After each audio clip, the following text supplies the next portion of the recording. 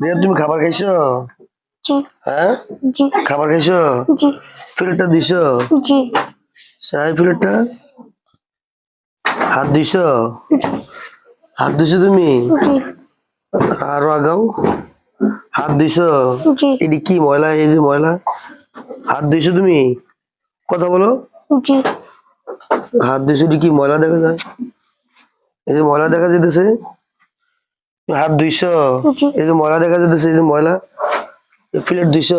জি এই যে এত কি ময়লা দেখা যেতেছে, যে তুমি অপরিষ্কার দেখা যেতেছে।